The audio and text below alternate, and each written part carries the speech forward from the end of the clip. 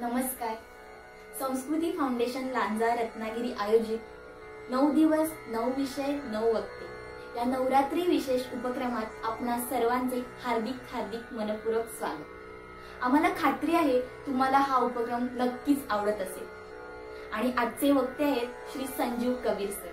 मुळात म्हणजे कबीर सर हे आपल्या रत्नागिरीतले आणि ते दिल्लीला MPSC UPSC या स्पर्धा परीक्षांवर विद्यार्थ्यांना मार्गदर्शन करतात. त्यांचे हजारो विद्यार्थी आज क्लास 1 ऑफिसर आहेत. कबीर सर हे कबीर अकॅडमी या नावाने अकॅडमी चालवतात. चला तर मग ऐकूया श्री संजीव कबीर सर यांना.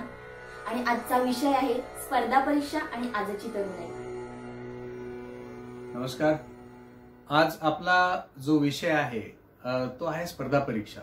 स्पर्धा परीक्षांविषयी जर आपण विचार करायचं म्हटलं तर आपण या विषयावर का बोलायला आवश्यक आहे किंवा हा विषय किती महत्वाचा आहे, तर मला वाटतं हा विषय आपण एक करिअरच्या संदर्भात जर आपण विचार केला तर मला वाटतं स्पर्धा परीक्षेतून जे करिअर आपल्याला मिळते ते अतिशय चांगलं करिअर आपल्याला मिळते.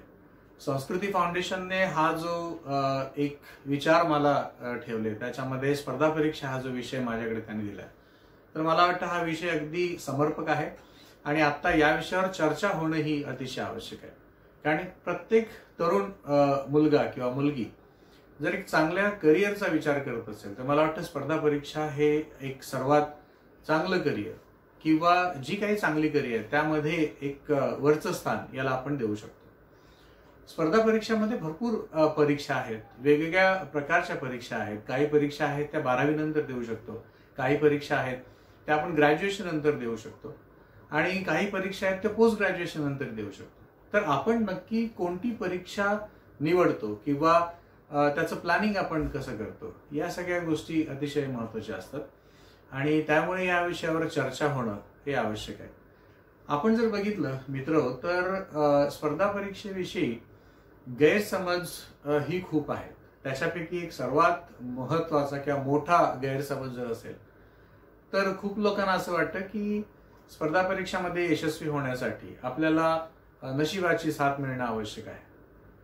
तर मित्र हो, मी तुम्हाला सांगू इच्छितो किंवा जो माझा अनुभव आहे आजवरचा गेला 12 वर्षाचा अनुभव आहे त्या आधारावर असं मी तुम्हाला नक्की सांगू शकतो की स्पर्धा परीक्षामध्ये जी सक्सेसची त्रिसूत्री आहे किंवा याच्यामध्ये यशस्वी होण्याची जी त्रिसूत्री आहे त्याच्यामध्ये नशिबाचा पार्ट येत नाही. माझ्या मते त्याच्यामध्ये एक योग्य मेहनत, त्यानंतर योग्य मार्गदर्शन आणि चिकाटीने सातत्याने सकारात्मक विचार ठेवून जर आपण मार्गक्रमण केलं आणि योग्य वेळ त्या परीक्षेसाठी आपण दिला तर आपण याच्यामध्ये सक्सेसफुल होऊ शकतो. तर ही जी गोष्ट आहे तर त्याच्यामध्ये आपल्याला एक महत्वाचा जर विचार केला की कोणत्या टप्प्यावर आपण कोणता निर्णय घेतोय आणि आपण घेतलेल्या निर्णयावर आपण काय काम करतोय हे स्पर्धा परीक्षेमध्ये महत्वाचं आहे. त्याच्यामुळे जर आपण म्हटलं की स्पर्धा परीक्षेमध्ये यशस्वी होण्यासाठी टाइम मॅनेजमेंट किंवा जे व्यवस्थापन आहे आपल्या वेळेचं तेही महत्वाचं आहे आणि त्यानंतर आपण आपल्या ध्येयाकडे कोणत्या पद्धतीने जातोय आणि त्याच्यासाठी आपण किती मेहनत घेतोय या सगळ्या गोष्टी महत्वाच्या आहेत. मित्र हो, आपण आज या परीक्षांचा विचार करतोय तर आपण सुरुवातीला असं आपण धरून चालू की एक आपलं जे सर्वसामान्य जे विचार आहे की या परीक्षेसाठी जनरल नॉलेज हा एक पार्ट असतो, तो महत्वाचा असतो. किंवा आपण असं म्हणू की आपल्या आजूबाजूची जी परिस्थिती आहे त्याच्याबद्दल आपल्याला किती ज्ञान आहे किंवा आपल्याला किती त्याच्यामध्ये इंटरेस्ट आहे, त्याच्याबद्दल जाणून घेण्यात इंटरेस्ट आहे. तर या स्पर्धा परीक्षांमध्ये हाही पार्ट महत्वाचा आहे. अर्थात काही स्पर्धा परीक्षांमध्ये गणित आहे किंवा इंग्लिश आहे किंवा अन्य जे काही सब्जेक्ट्स आहेत तर ते आपण प्रत्येक स्पर्धा परीक्षानुसार वेगवेगळ्या विषयाची काही निवड करायला लागते. त्याच्यामुळे ते जर आपण विषय जाणून घेतले, मागच्या वर्षाच्या क्वेश्चन पेपर्स जे प्रश्नपत्र आहेत ते जर आपण व्यवस्थित बघून घेतले तर आपल्याला लक्षात येईल की सिलेबसमध्ये कोणत्या गोष्टी आहेत, त्यानंतर क्वेश्चन पेपरमध्ये कोणत्या गोष्टी विचारल्या गेल्यात आणि जर त्याच्याशी आपण न्यूजपेपर किंवा सामान्य ज्ञान, गणित, इंग्लिश अशा वेगवेगळ्या विषयांची सांगड घातली, जर आपण विचार केला, जर आपलं डेली प्लॅनिंग आपण योग्य रीतीने केलं तर आपण या स्पर्धा परीक्षेची जे टार्गेट आहे आपलं ते आपण योग्य रीतीने करू शकतो किंवा अचीव करू शकतो. मित्र हो, मला वाटतं की स्पर्धा परीक्षेमध्ये यशस्वी होण्यासाठी पालकांचा रोल हाही महत्वाचा आहे. कारण पालकांकडून जो सपोर्ट मिळणं आवश्यक असतं किंवा जो आर्थिक सपोर्ट असेल किंवा मानसिक आधार असेल, तर या गोष्टीही महत्वाच्या आहेत. त्याच्यामुळे एक पालकांसाठी मी असं म्हणेन की जर तुमचा मुलगा किंवा मुलगी जर या स्पर्धा परीक्षांमध्ये पुढे जाण्यासाठी, यशस्वी होण्यासाठी त्याला जर तुमच्या सपोर्टची गरज असेल तर नक्की तो सपोर्ट मिळाला पाहिजे. आणि हा एक महत्वाचा रोल त्याच्यामध्ये पालकांसाठी आहे. कधी कधी आपण असं बघतो की काही पालकांचा असा विचार असतो की प्रत्येक मुलाने मुंबई किंवा पुण्याला किंवा दिल्लीला जाण्याची आवश्यकता आहे स्पर्धा परीक्षांमध्ये यशस्वी होण्यासाठी. तर मला असं वाटतं की मुंबई, पुणे आणि दिल्ली यासारखी जी ठिकाणं आहेत स्पर्धा परीक्षेची, ती चांगली ठिकाणं आहेत. त्या ठिकाणी भरपूर मुलं तयारी करतात. पण मला वाटतं की आता जे इंटरनेट आहे किंवा वेगवेगळ्या ठिकाणी, रत्नागिरी सारख्या ठिकाणी अनेक व्यवस्था उपलब्ध आहेत. जशी मी 5 वर्षापूर्वी कबीर अकॅडमीची तिथे आपण स्थापना केली. असे काही ऑप्शन्स उपलब्ध आहेत. जर त्याच्यामध्ये जाऊन आपण तयारी केली तरी आपण करू शकतो. कारण माझ्या मते मार्गदर्शन हा एक महत्वाचा पार्ट आहे आणि ते योग्य वेळी, योग्य पद्धतीने, सकारात्मक दृष्टीने मार्गदर्शन करणं ही एक महत्वाचं पार्ट आहे.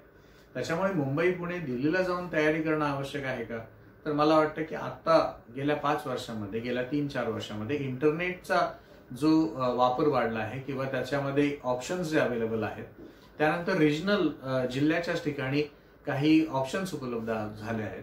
तर ते जर आपण विचार केलं तर मला वाटतं की मुंबई, पुण्याला किंवा दिल्लीला जाण्याची आवश्यकता आहे असं मला वाटत नाही.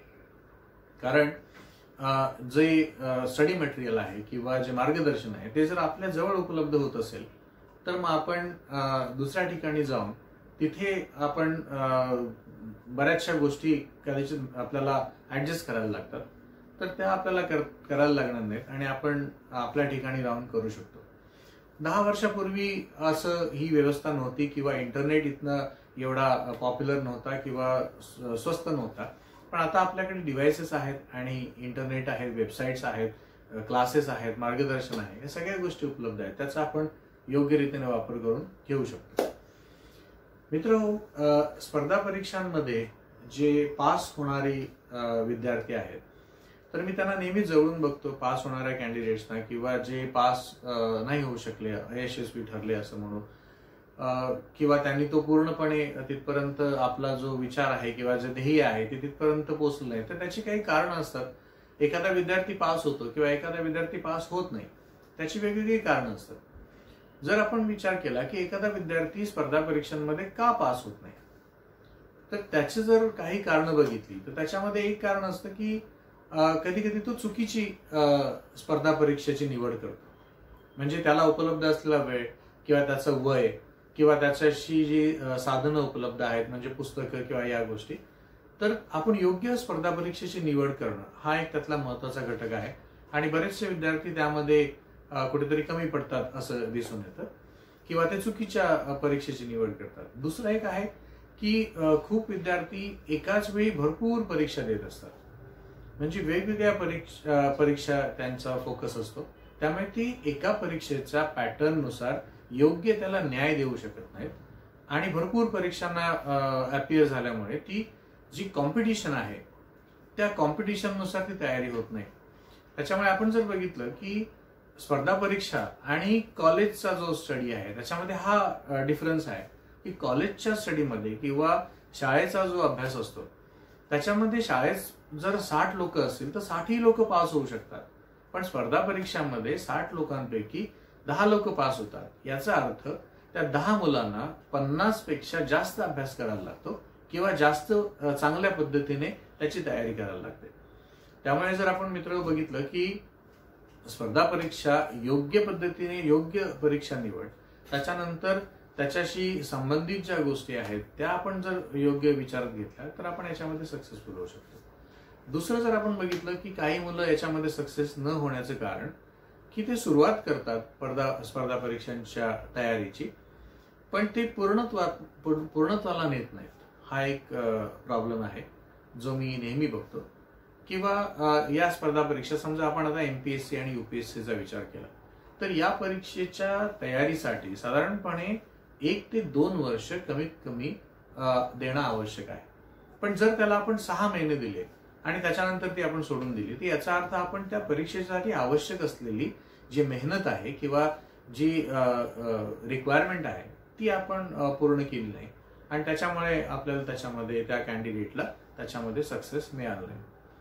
तर अशी बरीचशी छोटी छोटी कारणं असतात. किंवा एखादा कॅन्डिडेट असेल तो त्यासाठी जी मेहनत करायला लागते, समजा दिवसातून 6 तास अभ्यास करायला लागत असेल, तर तो 6 तास अभ्यास करत नाही किंवा 2 तास अभ्यास करतो, त्यामुळे तो अपुरा कुठेतरी अभ्यासक्रम होतो किंवा पूर्ण होत नाही. हा एक प्रॉब्लेम असतो. किंवा काही मुलं आहेत की ते अभ्यासाला सुरुवात करतात, सगळं मटेरियल घेतात, पण त्याच्यात त्या मटेरियलचा कसा वापर करायला पाहिजे किंवा त्या पुस्तकांचा कसा अभ्यास करायला पाहिजे तर त्याचा विचार केला जात नाही आणि योग्य मार्गदर्शनाचा अभावी तो विद्यार्थी पास होत नाही. अशी बरीच कारण आपण सांगू शकतो आणि मी जवळून बघितलेत गेल्या 10-12 वर्षामध्ये. तर मग सक्सेसफुल होणारा जो विद्यार्थी आहे तो काय करतो, तर आपण ज्या गोष्टी बघितल्या की तो योग्य मार्गदर्शन घेतो किंवा त्यासाठी जो अभ्यासाला वेळ द्यायला लागतो तो अभ्यासाला वेळ देतो, त्यानंतर योग्य परीक्षेची निवड करतो आणि त्याचा एक ध्येय निश्चित करतो आणि ते ध्येय निश्चित केल्यानंतर तो त्या एक मार्गाने सातत्याने चिकाटीने चालत राहतो. आणि ही जी बाब आहे तर त्या विद्यार्थ्यासाठी अतिशय महत्वाची ठरते. आणि मग काही लोकांना वाटतं की या विद्यार्थ्याचं नशीब चांगलं आहे, पण मित्र तुम्हाला मी नक्की सांगतो की त्या विद्यार्थ्याचं नशीब चांगलं आहे म्हणण्यापेक्षा आपण म्हणू की त्याचं मॅनेजमेंट चांगलं आहे किंवा या परीक्षेची कशी तयारी करायची याचं त्याला कुठेतरी व्यवस्थित चांगलं अंडरस्टँडिंग झाले किंवा नॉलेज झाले किंवा त्याला मार्गदर्शन मिळाले असं आपण म्हणू शकतो. दुसरं या स्पर्धा परीक्षेबद्दल म्हटलं तर काही लोकांना याच्यामध्ये अशी भीती असते की स्पर्धा परीक्षांची तयारी भरपूर मुलं करतात, यासाठी लाखो मुलं अपियर होतात, मग त्या लाखो मुलांमध्ये आपण टिकू शकतो का, अशी एक कुठेतरी भीती विद्यार्थ्यांमध्ये असते. तर मी तुम्हाला निश्चितपणे सांगतो या बाबतीत की लाखो मुलं जरी या परीक्षेला बसत असतील तरी कुठेतरी जी कॉम्पिटिशन आहे ती आपल्याला जेवढी दिसते, समजा 5 लाख लोक या परीक्षेला बसत असतील तर मला वाटतं त्याच्यापैकी जी कॉम्पिटिशन आहे ती साधारणपणे 50,000 विद्यार्थ्यांमध्ये खरी कॉम्पिटिशन असते असं आपण म्हणू शकतो. कारण बाकीचे जे विद्यार्थी आहेत ते योग्य पद्धतीने तयारी त्याला करत नाही. त्यामुळे जर आपण योग्य परिश्रम घेतले तर आपण लाखो मुलांचा विचार न करता आपण आपला अभ्यास आणि आपण त्याच्यामध्ये किती इम्प्रूव्हमेंट करतोय डे बाय डे हे महत्वाचं आहे. आता या स्पर्धा परीक्षेची तयारी करताना खूपदा असं होतं की एखादा कॅन्डिडेट काही दिवसांनंतर त्याला वाटायला लागतं की आपण याच्यामध्ये सक्सेसफुल होऊ का, किंवा त्याच्या पालकांना वाटायला लागतं की आपण योग्य मार्गाने जातोय का किंवा आपला वेळ तर फुकट जात नाही ना, अशी एक भीती असते. पण एक मी निश्चितपणे सांगतो की आपण जर योग्य पद्धतीने जात असू तर मग आपल्याला या गोष्टींचा विचार करायची गरज लागणार नाही आणि आपण 1-2 वर्षांमध्ये आपण एक निश्चित चांगल्या पदाला पोहोचू शकतो. मित्रांनो, जर आपण बघितलं की काही परीक्षा मी म्हटल्याप्रमाणे की 12वी नंतर असतात किंवा काही परीक्षा आहेत त्या ग्रॅज्युएशन नंतर असतात, मग आपण ग्रॅज्युएशन नंतरची परीक्षेचा विचार केला तर त्याच्यामध्ये क्लेरिकलच्या एक्झाम्स आहेत, परीक्षा आहेत. 12वी नंतरही क्लेरिकलच्या एक्झाम्स आहेत. त्या जर आपण बघितल्या तर क्लेरिकलच्या एक्झामसाठी आपण साधारणपणे 6 महिने ते 1 वर्ष जर योग्य अभ्यास केला तर आपण त्याच्यात चांगलं यश मिळवू शकतो. MPSC UPSC सारख्या परीक्षांमध्ये आपण 1 ते 2 वर्ष आपण जर चांगला अभ्यास केला तर आपल्याला त्याच्यामध्ये यश मिळू शकतं. याशिवाय अजून ज्या CDS सारख्या परीक्षा आहेत ज्याच्यामध्ये डिफेन्स फोर्सेसमध्ये जाण्यासाठी परीक्षा आहेत किंवा असिस्टंट कमांडंट जी परीक्षा आहे त्याच्यामध्ये आपल्याला SSB, CRPF, CISF अशा वेगवेगळ्या फोर्सेसमध्ये आपण सब इन्स्पेक्टर किंवा असिस्टंट कमांडंट, गॅझेटेड ऑफिसर म्हणून जाऊ शकतो. तर अशा या परीक्षा आपण त्याची माहिती इंटरनेटवरून घेतली पाहिजे किंवा क्लासेसमधून घेतली पाहिजे किंवा योग्य मार्गदर्शक आपल्याला असतील त्यांच्याकडून घेतली पाहिजे आणि याच्यासाठी आपण स्वतः प्रयत्न करणं आवश्यक आहे. जो विद्यार्थी किंवा पालक जागरूक राहून याच्याबद्दल सतत त्याचा पाठपुरावा करतात किंवा एखाद्या गोष्टीची माहिती घेतात आणि कायम त्याचा विचार करतात तर ती पालक किंवा ते विद्यार्थी मला वाटतं नक्कीच पुढे जातात आणि त्यांना मार्ग दिसत जातो. त्यामुळे आपण अडून न राहता त्याच्यासाठी मार्गक्रमण करण्यासाठी आपण सतत प्रयत्नशील राहायला पाहिजे. आता जर आपण अजून काही मुद्द्यांचा विचार केला या संदर्भात, खूप मुलं मला फोन करून विचारतात की सर, मोबाईलचा वापर स्पर्धा परीक्षांची तयारी करताना करायचा का, किंवा पालकांची एक शंका असते की मोबाईल वापर बंद केला तर आपल्याला स्पर्धा परीक्षांमध्ये यश मिळेल, किंवा मोबाईल असेल तर त्याचा गैरवापर जास्त होतो. मला वाटतं की मोबाईल हे एक असं एक यंत्र आहे किंवा मोबाईल एक असे डिव्हाइस आहे की त्याचा आपण वापर नवीन नवीन स्किल डेव्हलप करण्यासाठी करू शकतो. जर आपण म्हटलं की मोबाईल आणि इंटरनेट या एक सोर्स आहे आणि त्याचा आपण कशा पद्धतीने वापर करून घेतो ते महत्वाचं आहे. जर आपण अनावश्यक गोष्टीवर वेळ घालवत असू तर तो मोबाईल किंवा इंटरनेट त्याचा तो एक अडथळा ठरतो. पण आपण योग्य ऍप्लिकेशन्स डाउनलोड केली, काही विद्यार्थ्यांबरोबर आपण कनेक्ट झालो, काही ग्रुप्समध्ये आपण कनेक्ट झालो आणि त्याच्यातून मार्गदर्शन घेतलं, त्याच्यामध्ये आपण कॉम्पिटिशनमध्ये कुठे आहोत, किंवा काही ऑनलाईन ऍप्लिकेशन्स आहेत ज्याच्यामध्ये आपण क्वेश्चन पेपर सॉल्व्ह करू शकतो. तर या सगळ्या गोष्टी, काही ऍप्लिकेशन्स आहेत जे आपल्याला नवीन नवीन जॉबचा अलर्ट आपल्याला देतात. तर हे सगळे योग्य वापर जर आपण केले तर आपण ते निश्चितच मोबाईल एक अतिशय उपयुक्त गोष्ट आहे. त्याचा मर्यादित वापर होणं आवश्यक आहे हे मला वाटतं सगळ्यांनाच आपल्याला माहिती आहे आणि त्याचा तो आवश्यक आहे. त्यामुळे स्पर्धा परीक्षेची आपण तयारी केली की आपल्याकडे त्याग करण्याचीही वृत्ती पाहिजे. म्हणजे आपल्याला मोबाईलवर गेम खेळायला आवडत असेल तर मग आपल्याला कुठेतरी त्याचा विचार करायला पाहिजे की आपण किती वेळ अभ्यासाला देतोय, आपला फोकस कुठे आहे, या गोष्टीचाही आपल्याला विचार करणं आवश्यक आहे. त्यामुळे आपण स्पर्धा परीक्षांची तयारी सुरुवात केल्यानंतर आपण जे काही ऍक्शन करतोय, जी काही आपण स्टेप घेतोय, ती स्पर्धा परीक्षेमध्ये यशस्वी होण्यासाठी आवश्यक आहे का, याचा विचार आपल्याला करणं आवश्यक आहे. समजा मी एखादी गोष्ट मोबाईल किंवा इंटरनेटवर बघतोय तर मग मला विचार करणं आवश्यक आहे की मी जे आता ही इंटरनेटवर ही साईट बघतोय ही माझ्या स्पर्धा परीक्षेच्या तयारीसाठी आवश्यक आहे का. जर असेल तर मला त्याच्यात वेळ देणं आवश्यक आहे. जर ती नसेल तर मला आता ती बंद करणं आवश्यक आहे. हा जर विचार आपण सातत्याने ठेवला तर मोबाईल हा आपला सगळ्यात चांगला मित्र असू शकतो आणि कधी कधी तो मार्गदर्शकही ठरू शकतो.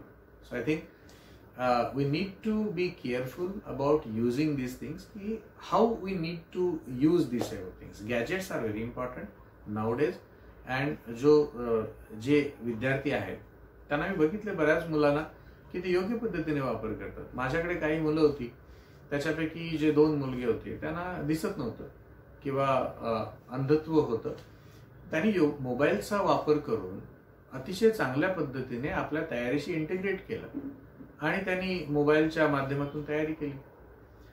तर या गोष्टी आपण करू शकतो, त्या आपल्या हातात आहेत. ओके विद्यार्थी मित्रांनो, जर आपण बघितलं की मार्गदर्शक हा जो रोल असतो, मार्गदर्शकाचा रोल हा तसा मर्यादित असतो पण तो महत्वाचाही असतो. कारण आपण एखाद्या वेळी अडतो किंवा कोणत्या मार्गाने जायचंय हे आपल्याला लक्षात येत नाही, त्यावेळी तो मार्गदर्शक आपल्याला मोटिवेट करू शकतो किंवा त्याने करणं आवश्यक आहे आणि तो मार्ग दाखवणं आवश्यक आहे. तर हा मार्गदर्शकाचा रोल आहे.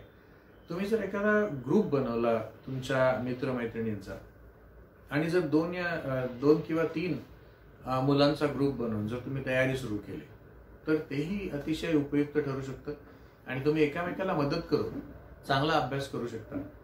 जर आपण म्हटलं की मी एकट्याने अभ्यास करणार आहे किंवा अजून कोणालाही त्याच्याबद्दल माहिती करू देणार नाहीये किंवा स्वतःच सगळ्या गोष्टी करणार आहेत, तर मग आपल्याला जी गोष्ट आपण 2 महिन्यात करू शकतो तीच एकट्याने करायला, जर आपण एखादी गोष्ट ग्रुपने 2 महिन्यात करू शकतो तीच आपण एकट्याने करायला आपल्याला कदाचित 3 महिने किंवा 4 महिने लागू शकतात.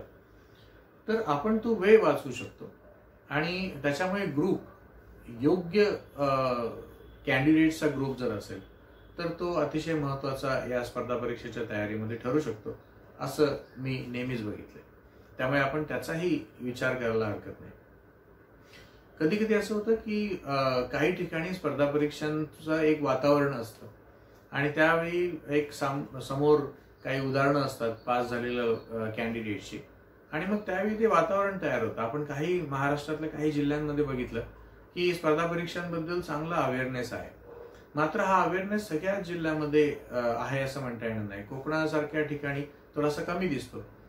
पण याच्यामध्ये आपण जर विचार केला तर याच्यामध्ये टीचर्स किंवा पालक आणि इतर जे संबंधित लोक आहेत त्यांनी जर याच्यामध्ये इंटरेस्ट घेऊन जर काम केलं तर आपण विद्यार्थ्यांना योग्य मार्गदर्शन करू शकतो. त्यामुळे मी सर्वांना एक आवाहन करेन किंवा रिक्वेस्ट करेन की सर्वांनी, पालकांनी, टीचर्सनी आणि इतर संबंधित व्यक्तींनी त्यामध्ये जर आपण पुढाकार घेतला आणि इथल्या विद्यार्थ्यांसाठी जर आपण ती व्यवस्था, मार्गदर्शन, मोटिवेशन जर आपण प्रोव्हाइड केलं तर मग आपण सगळीकडे तो चांगला रिझल्ट बघू शकतो. इनफॅक्ट रत्नागिरीमधून किंवा कोकणातून काही मुलं सिलेक्ट व्हायला सुरुवात झाले आणि ही एक चांगली गोष्ट आहे, अतिशय चांगली गोष्ट आहे. कारण एक अधिकारी पदावर जाऊन एक चांगला अधिकारी होणं हे महत्वाचं आहे आणि मला वाटतं आपण ती संधी निश्चितच प्राप्त केली पाहिजे. या निमित्ताने स्पर्धा परीक्षेची सुरुवात कधी करायची, तयारीची सुरुवात कधी करायची हा एक प्रश्न खूप जणांना असतो. तर असं मी सांगेन की 10वी झाल्यानंतर जर आपण विचार केला की आपण स्पर्धा परीक्षांमध्ये जायचंय किंवा या परीक्षा आपल्याला पुढे द्यायच्या तर आपण 11वी पासून किंवा 12वी झाल्यानंतरही आपण या स्पर्धा परीक्षांच्या तयारीसाठी वेळ देऊ शकतो. ग्रॅज्युएशनला असताना म्हणजे तुम्ही BA, BSc, BCom किंवा BTech अशा ग्रॅज्युएशन काही वेगवेगळे असतील तर ते करत असताना तुम्ही या स्पर्धा परीक्षांची जी तयारी केली तर ती आपल्याला महत्वाची ठरू शकते. आपली काही महत्वाची वर्ष वाचू शकतात, आपण वाचवू शकतो. आणि एक आपल्या ग्रॅज्युएशन बरोबर या स्पर्धा परीक्षांच्या तयारीचं एक इंटिग्रेशन केलं, एक फाउंडेशन जर आपण तयार केलं स्पर्धा परीक्षांचं तर तो एक महत्वाचा टप्पा ठरेल किंवा एक निर्णय ठरेल असं मला वाटतं. त्यामुळे आपणही याचा विचार करावा की 10वी झाल्यानंतर किंवा 12वी झाल्यानंतर आपण जर या स्पर्धा परीक्षांच्या तयारीचा निर्णय घेतला आणि योग्य रीतीने मार्गदर्शन घेतलं, योग्य मेहनत घेतली आणि ग्रॅज्युएशन बरोबर आपण या परीक्षांची तयारी केली तर आपल्याला ग्रॅज्युएशन झाल्यानंतर लगेचच एखाद्या चांगल्या नोकरीमध्ये, एखाद्या चांगल्या अधिकारी पदावर आपण जाऊ शकतो. त्यामुळे त्याचाही आपल्याला विचार करणं कुठेतरी आवश्यक आहे असं मला वाटतं. आणि स्पर्धा परीक्षांबद्दल जर आपण विचार केला की खूप अभ्यास करायला लागतो असं जर आपण म्हटलं तर मला वाटतं की हे काही अंशी खरं आहे की खूप अभ्यास करायला लागतो. पण आपली जी 10वीची मुलं असतात किंवा 12वीची मुलं असतात जे 10वीच्या परीक्षा देतात किंवा 12वीच्या परीक्षा देतात त्यावेळी जो अभ्यास करतात तेवढाच अभ्यास कुठेतरी या स्पर्धा परीक्षांसाठी करायला लागतं. त्यामुळे मी असं म्हणणार नाही की आपण 10वी, 12वी किंवा ग्रॅज्युएशनसाठी जी आपण मेहनत घेतो तर त्याच पद्धतीची जी मेहनत आहे ती स्पर्धा परीक्षेसाठी आपण जर घेतली तर आपल्याला यश मिळू शकतं. अर्थात प्रत्येक परीक्षेचा पॅटर्न वेगळा असतो, त्याच्यामुळे तो स्पर्धा परीक्षेचा पॅटर्न आपल्याला लक्षात आला पाहिजे किंवा घेतला पाहिजे. त्यासाठी आपण मेहनत घेतली पाहिजे, मार्गदर्शन घेतलं पाहिजे. तर याच गोष्टी निश्चितच त्याच्याशी संबंधित आहेत. तर मित्र, मी तुम्हाला नक्की सांगेन की तुम्ही स्पर्धा परीक्षेचा मार्ग निवडा, योग्य स्पर्धा परीक्षा निवडा. त्यासाठी जी मेहनत करायला लागते ती भरपूर मेहनत करा, चिकाटी त्याच्यामध्ये दाखवा आणि आपल्या स्वतःसाठी एक चांगलं करिअर त्याच्यातून तुम्ही घडवू शकता. जर तुम्ही अधिकारी झालात, एक चांगले अधिकारी झालात तर निश्चितच तुम्ही तुमच्या फॅमिलीचं किंवा तुमच्या गावाचं किंवा तुमच्या जिल्ह्याचं नाव तुम्ही मोठं करता आणि हे अतिशय महत्वाचं आहे. आणि तुम्ही पास झाल्यानंतर तुम्ही इतर कॅन्डिडेट्सना मोटिवेट करता की तेही पुढे येऊन अधिकारी व्हावेत. आणि मला वाटतं की याची सुरुवात तुम्ही आत्ता करू शकता, आज करू शकता. आज तुम्ही विचार करून, योग्य विचार करून जर तुम्ही पुढे जाण्याचा निर्णय घेतला तर कबीर अकॅडमी सारखे किंवा मी स्वतः त्यासाठी तुम्हाला मदत करू शकतो. मार्गदर्शनाचं जे काम आहे, इतरही टीचर आहेत तर ते तुम्हाला मार्गदर्शन करू शकतात. त्यामुळे मला वाटतं की मित्रांनो, तुम्ही नक्की विचार करा आणि या दिशेने कुठेतरी तुम्ही पाऊल टाकावं असं मी निश्चित सांगेन. आणि तुम्हाला याच्यामध्ये भरपूर यश लाभेल आणि भरपूर यशासाठी तुम्हाला मनपूर्वक शुभेच्छा. संस्कृती फाउंडेशन जे काम करते या वेगवेगळ्या विषयांवर ते मला वाटतं की अतिशय महत्वाचं आहे. त्यामुळे त्यांच्या कार्यालाही शुभेच्छा. धन्यवाद.